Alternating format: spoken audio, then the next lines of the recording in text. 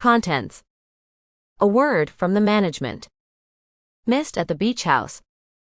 Legend of the mist. Mist across the waves. Mist by the lighthouse.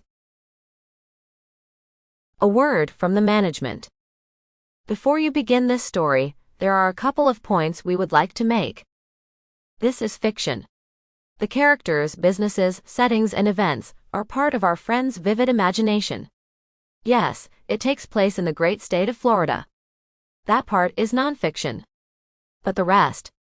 Nope, it's all from her mind. So if you think the characters, settings, or events remind you of the real thing, then that is purely coincidental. Mistakes happen, no matter how hard we try, or how many beta readers or rounds of editing happen, something always sneaks by. If you find an error, please email us at sunsonstories@gmail.com and we will make the corrections. We hope you will enjoy the story, and when you're finished, please tell a friend about it and post a review. On behalf of our boss, Miss Marple and Fletch. Copyright 2020 by Victoria L.K. Williams. All rights reserved. No portion of this book may be reproduced in any form without written permission from the publisher or author, except as permitted by U.S. copyright law. Chapter 1.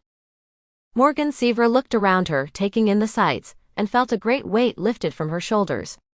A weight she wasn't aware she carried.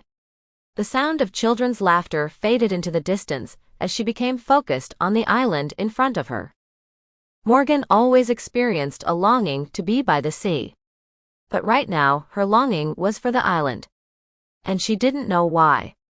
She felt called in many ways that had nothing to do with the letter she had gotten from her aunt, beseeching her to come and help her with her library full of ancient books in need of desperate repair.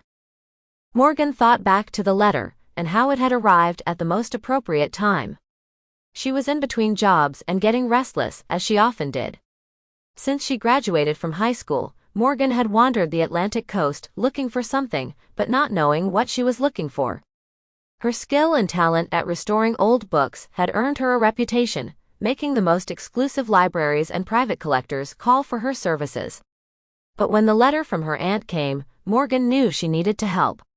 It was more than the family thing, it was a calling she'd been waiting for and hadn't known. "Excuse me," called out a childish voice, and Morgan looked up quickly to see a beach ball heading her way. Quickly ducking out of the ball's path, she laughed with the child and picked up the ball, tossing it back to him. "Thank you, miss." The child started to run away, but then seemed to remember. Sample complete. Ready to continue?